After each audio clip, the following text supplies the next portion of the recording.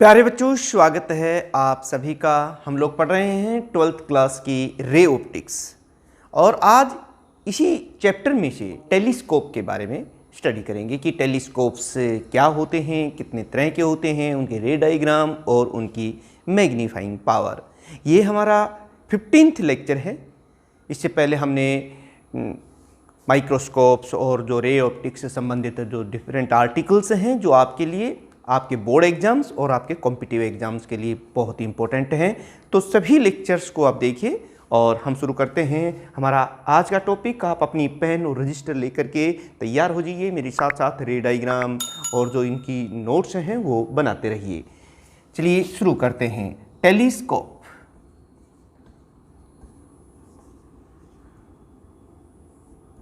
प्यारे बच्चों, जैसा कि नाम से ही स्पष्ट है, टेलीस्कोप का मतलब है दूर की चीज़ को देखना है। टूरिस्ट भी दूर के पहाड़, नदी, नाले और उनको देखने के लिए, बड़ी बड़ी बिल्डिंगों को देखने के लिए भी टेलीस्कोप का यूज करते हैं। तो अब हमें ये तो पता चल गया कि टेलीस्कोप होता क्या है। It is an optical instrument which is use to see the distant object clearly.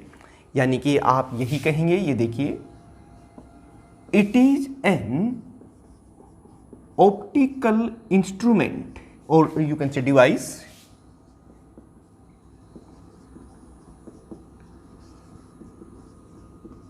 which is used to observe or to see the distant object.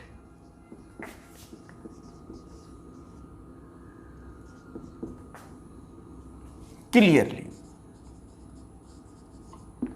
अब बात आती है कि ये जो टेलीस्कोप्स हैं ये कितने टाइप्स के होते हैं, कितने तरह के होते हैं। तो प्यारे बच्चों, इन जिस फिनोमिना पर काम करते हैं या स्ट्रक्चर के आधार पर इनको हम बहुत ग्रुप्स में बांट सकते हैं। अगर हम ब्रॉड लेवल पर देखें तो telescopes can be divide in two types of telescope. They can be put in two category. प्यारे बच्चों, एक होती है जिसे हम कहते हैं रिफ्रैक्टिंग टाइप टेलीस्कोप। जैसा कि यहां से क्लियर हो रहा है कि these telescopes are based on the phenomena of refraction. In these telescopes the lenses are used, और जिनको हम आगे चल के बताएंगे आपको। जैसे for example you can say astronomical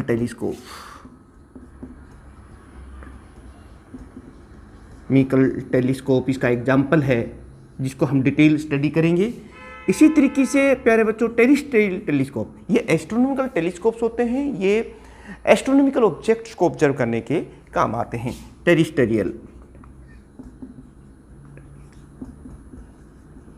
telescope, ये तो ये हुई रिफ्रैक्टिंग टाइप टेलीस्कोप। इसी तरीके से प्यारे बच्चों एक होता है रिफ्लेक्टिंग टाइप टेलीस्कोप। दूसरी हम इसकी भी बात कर सकते हैं, reflecting type telescope.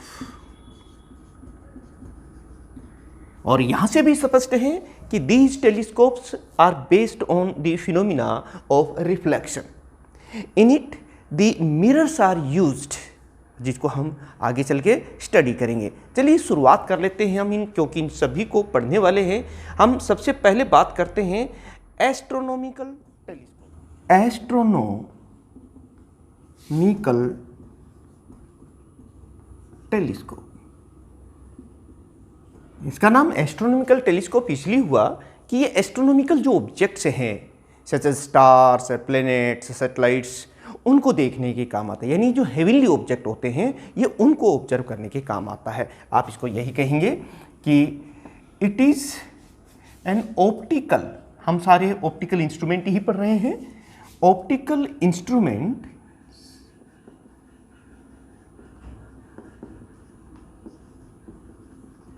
which is used to observe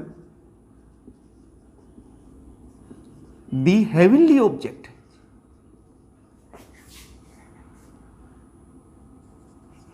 Objects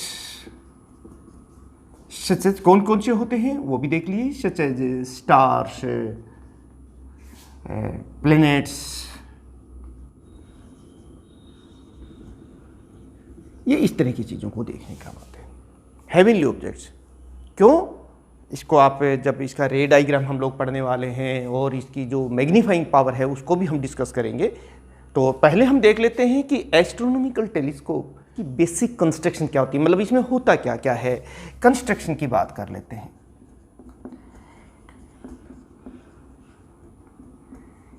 कुछ विशेष नहीं होता है, इसमें 2 कोएक्सियल मेटल ट्यूब्स होती हैं, इस तरह से आप देख सकते हैं 2 coaxial metal tubes like this. एक तो ये होती है और दूसरी ट्यूब जो है ये होती है लाइक दिस। ये दोनों कोएक्सियल मेटल ट्यूब्स हैं। कोएक्सियल इसलिए कह रहे हैं कि इनका एक्सिस जो है कॉमन है। फ्री एंड, अब इनके 2 फ्री हेड होते हैं, एक इधर और एक इधर। दोनों तरफ कॉन्वेक्स लेंस लगे होते हैं लाइक दिस, लाइक दिस। ये दूरबीन है, आप सबने देखी हुई। एक लेंस को हम आई लेंस कहते हैं, जिसमें से हम उस ऑब्जेक्ट को देखते हैं, और दूसरा जो है ऑब्जेक्टिव लेंस होता है, जो ऑब्जेक्ट की तरफ होता है, जिसको हम देख रहे होते हैं सामने, उसकी बात करते हैं।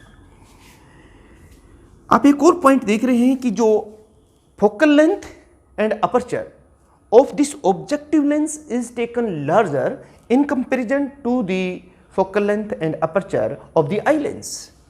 एक और पॉइंट इसमें होता है कि इन दोनों के बीच की डिस्टेंस को चेंज करने के लिए, ये देखिए, the distance between these 2 lenses can be changed with the help of this rack and pin iron arrangement। तो इसमें कोई खास चीज़ नहीं होती, आप देख रहे हैं।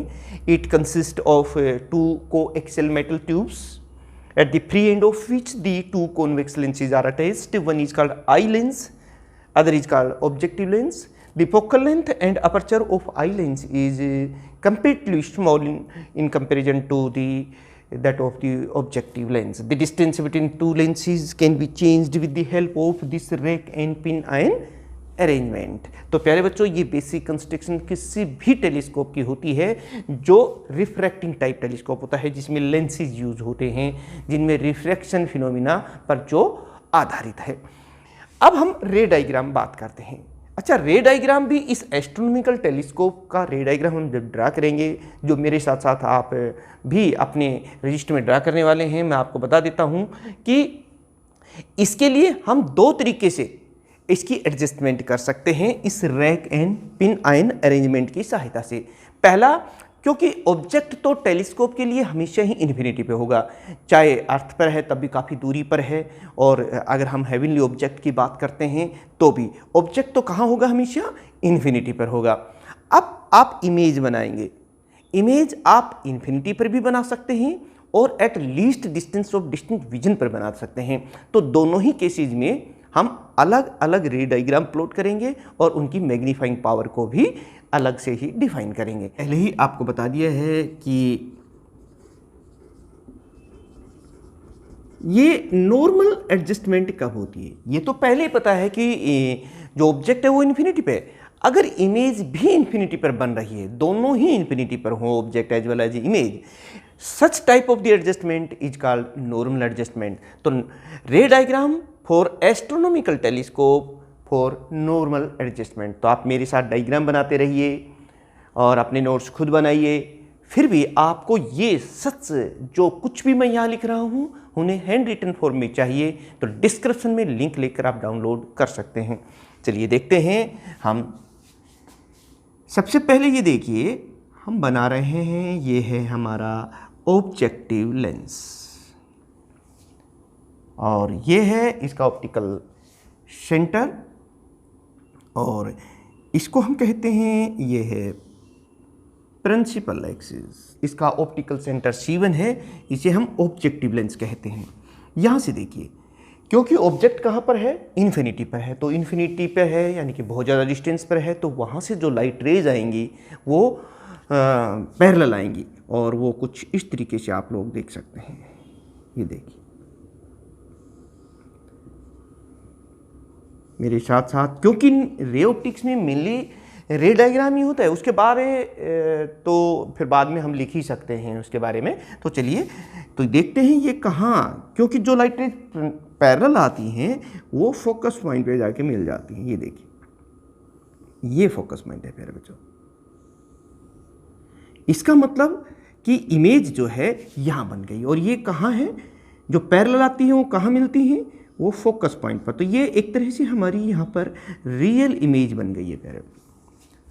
और ये कितने डिग्री का एंगल बना रही है, अगर हम किसी ऑब्जेक्ट को क्लियरली देखें बिना टेलीस्कोप से, तो लाइट रेज कितने एंगल बना रही है हमारी आंख के ऊपर या ऑब्जर्वर की आंख के ऊपर, वो है मान लो अल्फा, जिसकी हम बाद में जिसको यूज़ करने वाले हैं।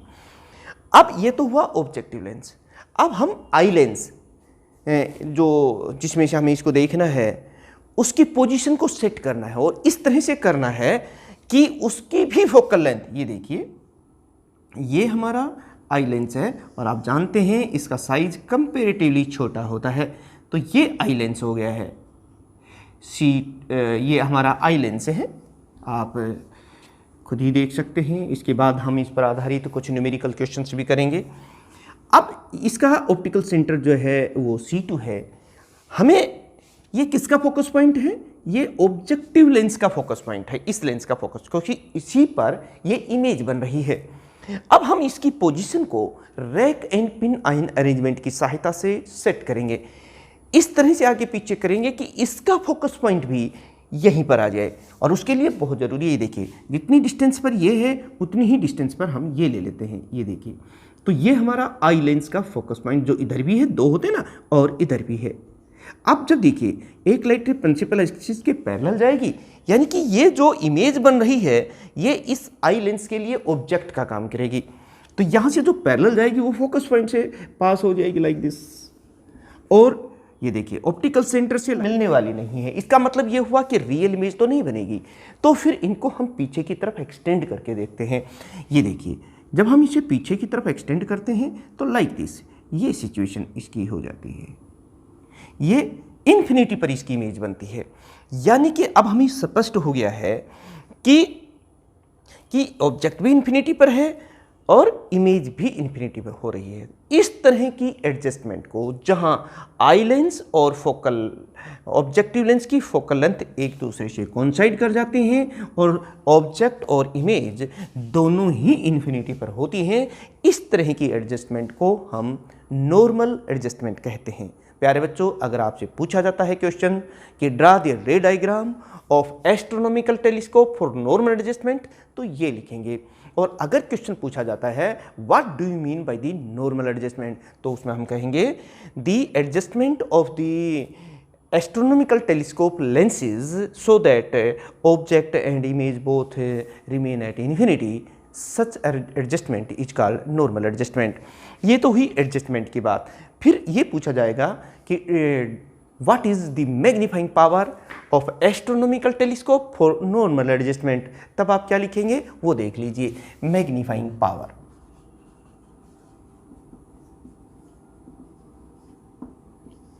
इमेज कहाँ बन रही है, जब हम इस टेलीस्कोप से देख रहे हैं तो वो इन्फिनिटी पर बन रही है, तो वो कितने डिग्री का एंगल है, बीटा। और ऑब्जेक्ट कितने डिग्री का एंगल बना रहा है, जब हम उसे डायरेक्टली देख रहे हैं, वो अल्फा। इन दोनों एंगल्स का जो रेशियो होता है उसे ही कहते हैं मैग्नीफाइंग पावर। यानी आप यही तो लिखेंगे कि it is defined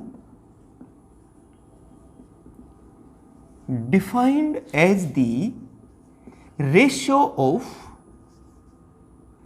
angle subtended bye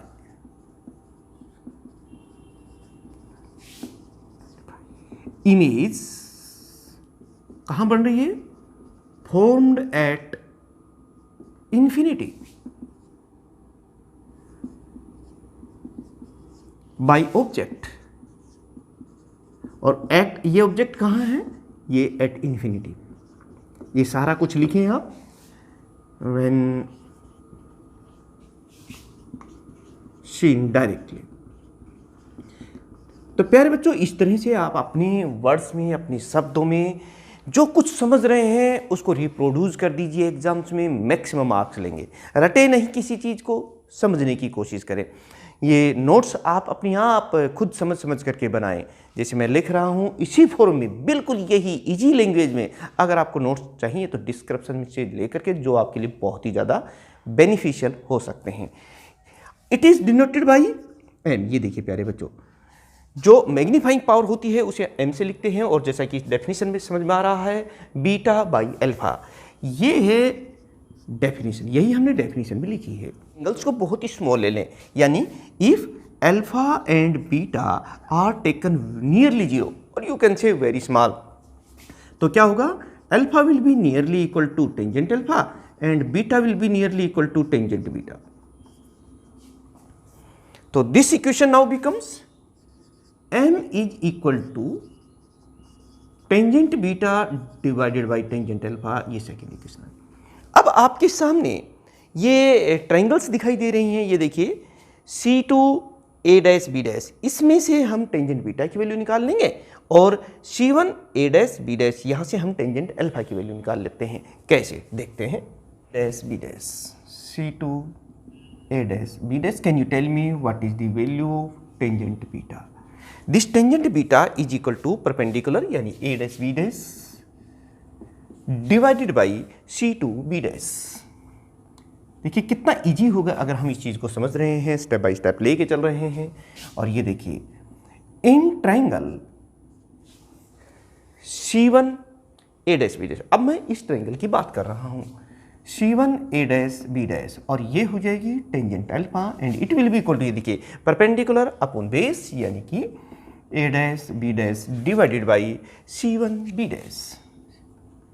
Now put these value tangent beta and tangent alpha in this equation. We can write here that m is equal to tangent beta is this, यानी A dash B dash divided by C2 B dash divided by this। जब divide करेंगे तो ये C1 B dash यानी कि उल्टा हो जाएगा, क्योंकि ये डिनोमिनेटर में है, और ये हो जाएगी A dash B डैश, ये कैंसिल हो गया है, और यहाँ से देखिए C1 B dash divide by C2 B dash. प्यारे बच्चों इनकी वैल्यूज आप लिख सकते हैं। C1 B डैश ये है C1 B डैश, यहाँ से देखिए, और आप देख रहे हैं कि ये इस ऑब्जेक्टिव लेंस का फोकस पॉइंट है, और तो C1 B डैश क्या हो गई, फोकस पॉइंट की ऑप्टिकल सेंटर से डिस्टेंस को क्या कहते हैं, फोकल लेंथ। तो ये हो गई हमारे पास, आप इसे ये कहेंगे it is equal to F naught, यानी कि focal length for the objective lens. और इधर यहाँ से भी देखिए C2 B dash, C2 B dash ये भी तो फोकस पॉइंट है आई लेंस का भी, तो इसलिए ये डिस्टेंस भी फोकल लेंथ ही है, लेकिन न्यू कार्टेशियन साइन कन्वेंशन के मुताबिक हम इसे नेगेटिव लेंगे, यानी कि -FE।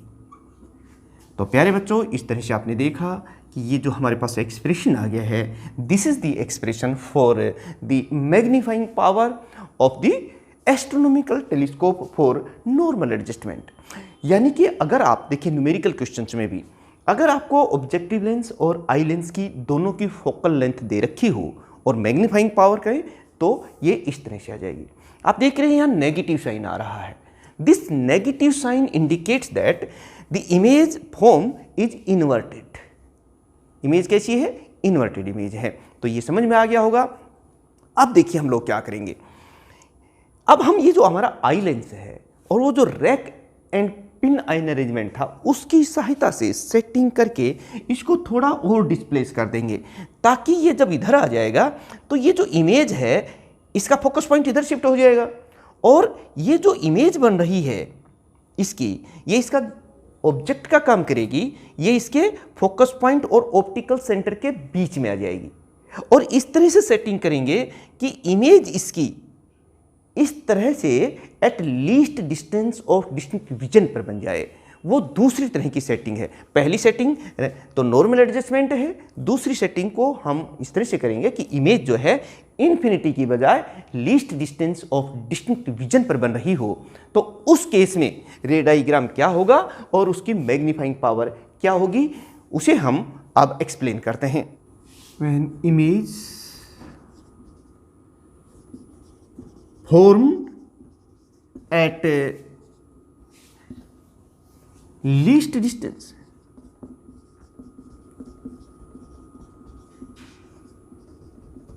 distinct vision प्यारे बच्चों समझिए होंगे, नॉर्मल एडजस्टमेंट इमेज कहाँ बन रही थी, इन्फिनिटी पर बन रही थी। अब हमें एडजस्ट करना है, सेटिंग करनी है, दोनों लेंसेज के बीच की डिस्टेंस को एडजस्ट करना है ताकि image least distance of distant vision पर बने, यानी कम से कम दूरी लेकिन क्लियर दे। आंखों की least distance of distant vision कितनी होती है, 25 सेंटीमीटर। ठीक है, ऐसे ही चलिए देख लेते हैं। डायग्राम, रे डायग्राम मेरे साथ साथ आप बनाते रहिए, बहुत इंपॉर्टेंट है, कोई दिक्कत नहीं आएगी। स्टेप बाय स्टेप कौन सी चीज़ मैं पहले बना रहा हूँ वो पहले बनाइए, उसके बाद रिटर्न चीज़ हैंड रिटन नोट्स की फॉर्म में आपको डिस्क्रिप्शन में लिंक मिल ही जाएगा, आप वहाँ से भी डाउनलोड कर सकते हैं। लेकिन नोट्स आपके अपने होने चाहिए, खुद के हाथ के बने हुए होने चाहिए। ये चलिए देखते हैं।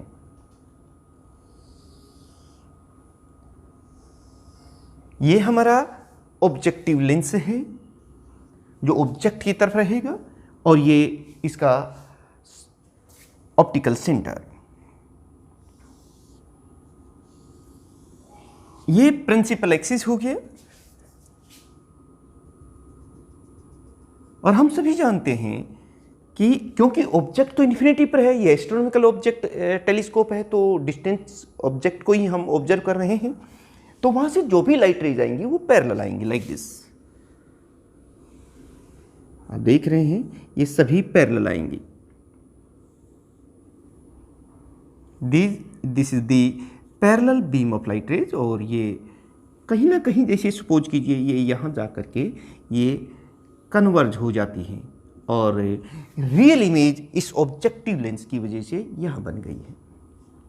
क्योंकि पैरेलल बीम आ रही हैं तो वो कहाँ फोकस होती हैं, वो फोकस पॉइंट पर होती हैं, F note. This is the focus point, और ये C2 एफ नोट जो है ये इसकी फोकल लेंथ है, जिसको हम आगे चल के मैग्नीफाइंग पावर में यूज करेंगे। पहले हम रे डायग्राम बना रहे हैं। ये हमारी इमेज बन गई है A', B'।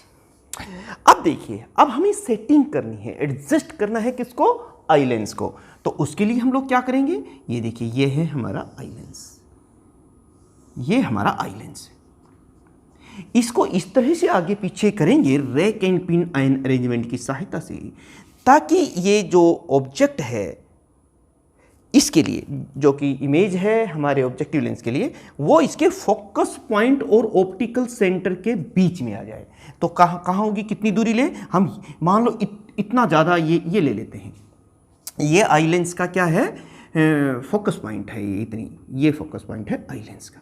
तो फिर ये इधर कितना होगा, क्योंकि सेम डिस्टेंस पर होते हैं, दो फोकस पॉइंट होते हैं, एक इधर हो गया, ये फिर। अब देखिए, एक लाइट रे प्रिंसिपल एक्सिस के पैरेलल जाती है, और वो किस में से चली जाती है, फोकस पॉइंट से चली जाती है, जबकि दूसरी जो है ये देखिए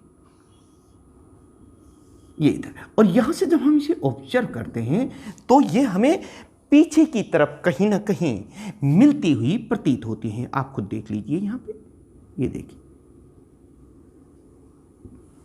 और जहां ये मिलती हुई प्रतीत होती है उसे हम क्या कहते हैं, ये इमेज बन गई प्यारे बच्चों, A', B'। ये कितने डिग्री का एंगल बना रहा है, अल्फा, जब हम ऑब्जेक्ट को डायरेक्टली देखते हैं, और जब ये image least distance of distant vision पर बन रही है तो कितने डिग्री का एंगल बना रही है, अल्फा। और इस समय आपके सामने ये जो रे डायग्राम है ये है उस एडजस्टमेंट जिसे कहते हैं when image is formed at least distance of distant vision. तो this is the ray diagram. अगर आपसे डायरेक्टली यही क्वेश्चन पूछा जाता है कि draw the ray diagram of astronomical telescope when image is formed at least distance of distant vision, तो आपको ये बनाना है। और उसके बाद प्यारे बच्चों इसकी मैग्नीफाइंग पावर को भी डिफाइन कर लेंगे, ठीक वैसे ही जैसा कि हमने नॉर्मल एडजस्टमेंट के केस में किया था, वैसे ही इसको भी डिफाइन करेंगे। यानी इन दोनों एंगल्स का रेशियो को ही हम क्या कहते हैं, मैग्नीफाइंग पावर। तो फिर डेफिनेशन में क्या लिखेंगे, it is defined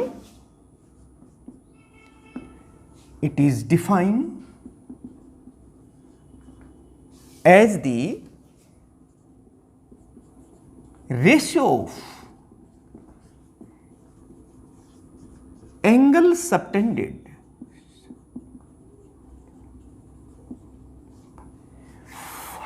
by image formed at least distance of vision, subtended by image कहाँ बन रही है, formed at least distance of district division.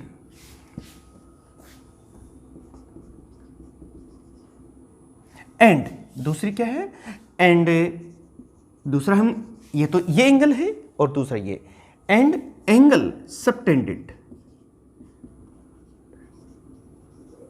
Subtended का मतलब होता है बनाना, subtended by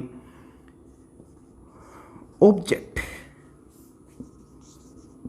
when seen directly which is at infinity, ये भी लिख लेते हैं। यानी it is denoted by M, it means that beta by alpha. मतलब जो कुछ भी आप यहाँ देख रहे हैं रे डायग्राम में, ठीक वैसे ही आप उसको डिफाइन कर दीजिए। अब फिर आगे के स्टेप बिल्कुल वैसे ही हम लोग चलेंगे कि if alpha and beta are very small, it means that if alpha is nearly equal to beta is nearly equal to 0, तो फिर ये क्या हो जाएगा, m is equal to tangent beta divided by tangent alpha. This is second equation.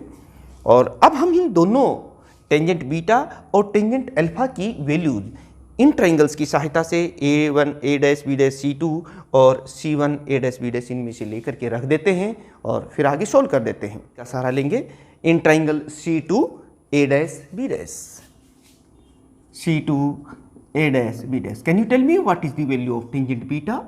The tangent beta is equal to, अब देखिए perpendicular, perpendicular क्या है यहाँ, a dash b dash divided by c2 b dash, ये perpendicular upon base. ठीक है, ऐसे ही इन alpha की बात करेंगे, c1 a dash b dash, in triangle c1 a dash b dash, can you tell me what is the value of tangent alpha? It will be perpendicular, perpendicular a dash b dash upon base c1 b dash. Now this equation become m is equal to tangent beta will be this, a dash b dash divided by c2 b dash divided by a dash b dash और c1 B dash, ए dash B dash cancel हो गया है और हमारे पास आ गया है c1 B dash divide by c2 B dash. ये देखिए ये क्रॉस मल्टीप्लाई होके ऊपर जाएगा तो हमारे पास ये आ गया। अब इनकी न्यूमेरिकल जो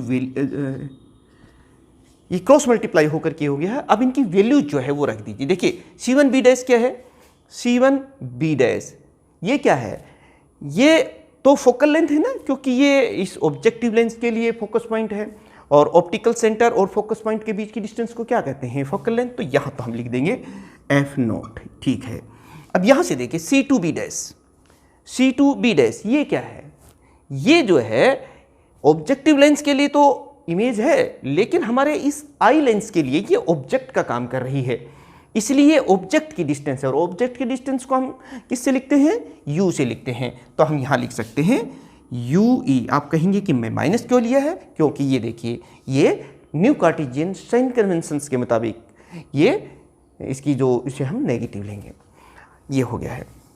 लेते हैं using lens formula for eye lens, वो देखिए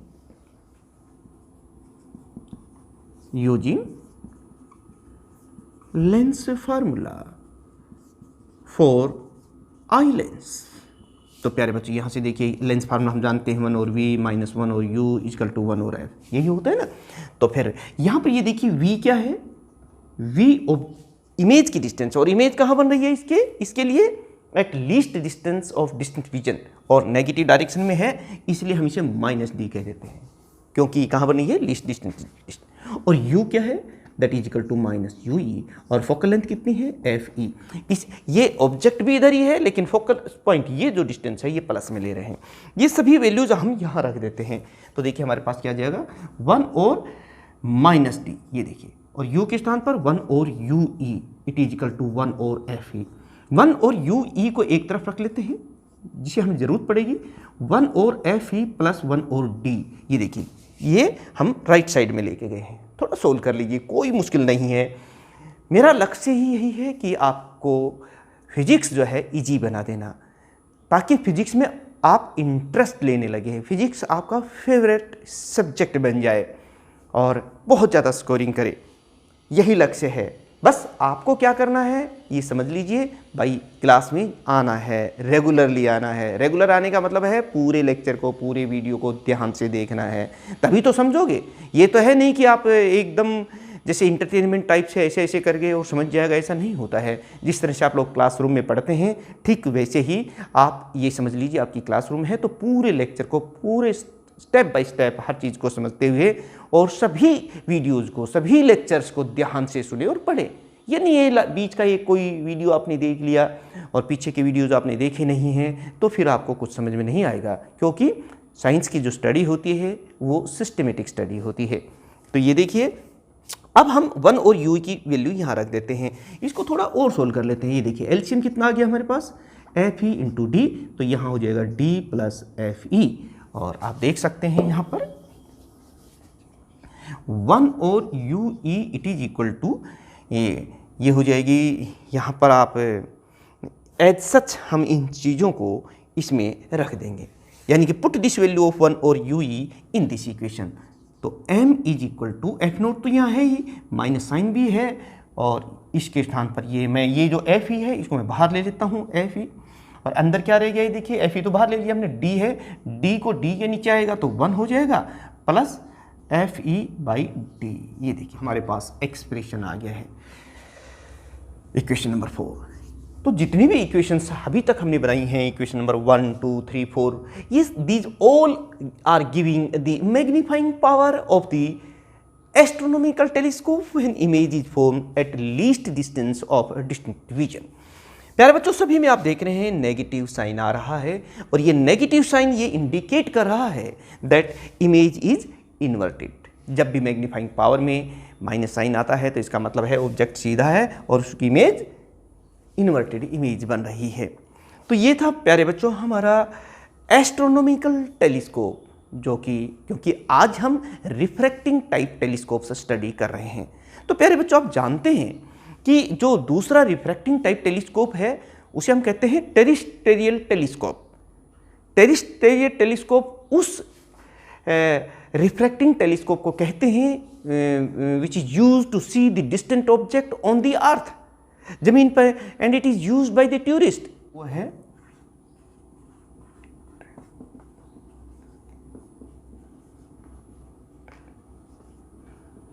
तो प्यारे बच्चों, कोई खास अंतर नहीं है, ये भी रिफ्रैक्टिंग टाइप टेलीस्कोप ही है, बट ये डिस्टिंक्ट ऑब्जेक्ट ऑन अर्थ देखने है, टूरिस्ट इसको यूज करते हैं। आप कहोगे सर इसको टूरिस्ट क्यों नहीं यूज कर सकते? सुन लीजिए क्यों नहीं कर सकते।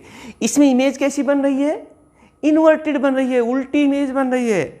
अगर आप किसी पहाड़ को, किसी पेड़ को इससे देखना चाहेंगे तो सब कुछ आपको कैसी दिखाई देंगी? उल्टी इमेज दिखाई देंगी, इन्वर्टेड इमेज दिखाई देंगी। फिर तो क्या ऐसे टेलीस्कोप को आप दूर की चीज़ों को देखने में यूज करोगे? नहीं। तो फिर अब हमें बस इतना करना है कि ये इमेज सीधी हो जाए, और जब इमेज सीधी हो जाएगी तो वो जो रे डायग्राम होगा वो टेरिस्टेरियल टेलीस्कोप होगा। चलिए रे डायग्राम इसकी सहायता से ही बनाते हैं।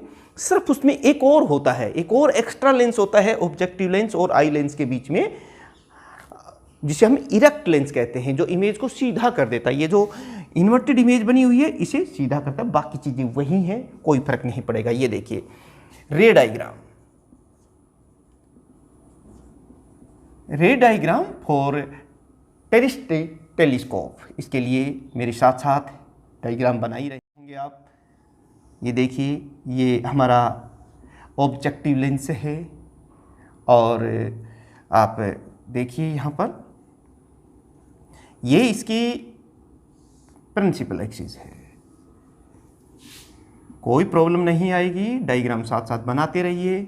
अब यहाँ से देखिए कि क्योंकि ऑब्जेक्ट इन्फिनिटी पर है, दूर की चीज़, तो वो जो भी लाइट रेज आएंगी पैरेलल आएंगी और वो इस ऑब्जेक्टिव लेंस के फोकस पॉइंट पर आकर के वो इकट्ठी हो जाएंगी। ये देखिए, यानी कि ये जो है ये रियल इमेज बन गई है। कहाँ बन गई है? ये at focus point of objective lens, जिसे मैं कह देता हूँ A डैश B डैश। अब क्योंकि ये इन्वर्टेड इमेज है, बस एक इसे सीधा करना है, तो हम एक और इरेक्ट लेंस यहाँ पर यूज कर रहे हैं। ये देखिए ये हमारा इरेक्ट लेंस है। आप देख रहे हैं कि इसका काम सिर्फ इसको इमेज को सीधा करना है। और ये हम ये भी जानते हैं कि जब किसी ऑब्जेक्ट को 2f पर रखते हैं डबल फोकस, तो उसकी इन्वर्टेड और इक्वल साइज की इमेज बन जाती है। देखिए ये दोनों सेम आप ले सकते हैं। तो यहाँ से देखिए एक लाइट रे प्रिंसिपल एक्सिस के पैरेलल जाएगी और वो फोकस पॉइंट से चली जाएगी, देखिए, और दूसरी यहीं से जाएगी। और ये देखिए, ये प्यारे बच्चों, इस तरह से ये इमेज बन गई है A डैश B डैश। इसने इमेज को लार्ज नहीं किया है, ना ही छोटा किया है। इसका मतलब इस इरेक्ट लेंस जो इन दोनों लेंसेज के बीच में लगाया गया है, इसका मैग्नीफाइंग पावर पे कोई फर्क नहीं पड़ेगा, क्योंकि इसने ना तो इमेज को बड़ा किया है ना ही छोटा किया है। तो मैग्नीफाइंग पावर रिमेन अनअफेक्टेड। बस क्या किया है, इसने उस इमेज को इन्वर्ट कर दिया, यानी कि सीधा कर दिया है। आगे ये आई लेंस है, इसे भी आप सेटिंग कर सकते हैं। इसे चाहें तो आप नॉर्मल एडजस्टमेंट के लिए कर सकते हैं। अगर ये इसके फोकस पॉइंट पर बना दोगे तो इमेज इन्फिनिटी पर बन जाएगी। और अगर आप इसे, जैसे मैं आपको बता रहा हूं यहाँ पर,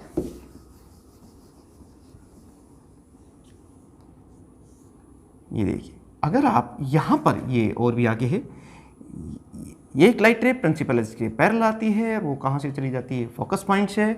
और दूसरी जो है यहाँ सेंटर ऑफ कर्वेचर से सीधी चली जाती है। जब हम इधर से देखेंगे तो हमें ये इधर कहीं मिलती हुई प्रतीत हो रही है, ये देखिए। और जहाँ ये मिलती है वहाँ पर इमेज बन जाती है। अब की बार प्यारे बच्चों देखिए, ये इमेज कैसी बन गई है, ये इरेक्ट इमेज बन रही है ऑब्जेक्ट की। तो ये जो ऑब्जेक्टिव लेंस है ये आई लेंस है, और इन दोनों के बीच में हमने एक इरेक्ट लेंस बोल देते हैं इसे।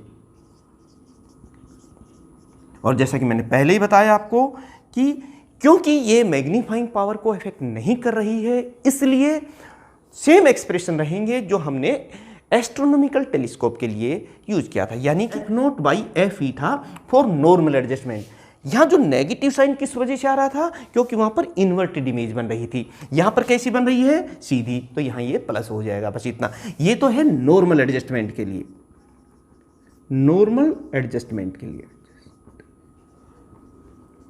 और प्यारे बच्चों, अगर least distance of distant vision पर बन रहा हो तो फिर हम वो उसका भी मैग्नीफाइंग पावर जानते हैं। ये जो माइनस साइन था ये प्लस हो जाएगा, बाकी सेम चीज़, क्योंकि बाकी कुछ इफेक्ट हुआ नहीं है यहाँ पर। Fe/D, इन सभी के बारे में आप पहले से जानते हैं। D क्या है, least distance of distant vision.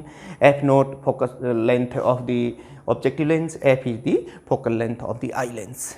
तो इस तरह से प्यारे बच्चों, मुझे पूर्ण विश्वास है कि जिन बच्चों ने बहुत अच्छी तरीके से पूरे वीडियो को देखा है उनको ये टॉपिक क्लियर हो गया होगा। अपने रे डायग्राम को बार बार बना के देखें। जितनी बार आप लिखेंगे, पढ़ेंगे, देखेंगे इसको वीडियो को, उतना ही कॉन्फिडेंस लेवल आपका बढ़ता चला जाएगा। आप बहुत अच्छी स्कोरिंग करेंगे अपने एग्जाम्स में। हर आर्टिकल आपकी क्लास का along with the numerical questions, और हम आपको समय समय पर मोटिवेट भी करते रहेंगे कि किस तरह से आप एग्ज़ाम्स की तैयारी करें और आप ऐसा कर सकते हैं। ये सब कुछ हम आपको बताएंगे। तो प्यारे बच्चों, इसके लिए बस आपको तो इतना ही करना है, बहुत अच्छी तरीके से स्टडी करनी है, ध्यान से। जब आपका मन हो, इंटरेस्ट हो और समय हो, तब आप अपने वीडियो को देखिए। समझ में आ जाए तो आगे शेयर कीजिए, कुछ समझ में ना आए तो कमेंट्स बॉक्स में हमें लिखिए। वो हम आने वाली वीडियो में और वीडियो बना करके आपकी उस प्रॉब्लम को ज़रूर दूर कर देंगे। आप जो है बेल आइकॉन ज़रूर दबा लें। कई बच्चे सब्सक्राइब करने के बाद बेल आइकॉन दबाना भूल जाते हैं, तो समय पर नोटिफिकेशन नहीं मिल पाता है और फिर समय ज़्यादा हो जाता है। तो प्यारे बच्चों, नेक्स्ट जो हमारा लेक्चर रहेगा उसमें हम बात करेंगे अपने रिफ्लेक्टिंग टाइप टेलीस्कोप की, और कुछ न्यूमेरिकल्स क्वेश्चंस वगैरह भी करेंगे इन पर आधारित। और उसके बाद हम वेव ऑप्टिक्स भी स्टडी करेंगे। तो जुड़े रहें, मिलते रहेंगे। और जिन भी बच्चों ने जो भी एक्टिविटी की है उन सभी स्टूडेंट्स का बहुत बहुत धन्यवाद।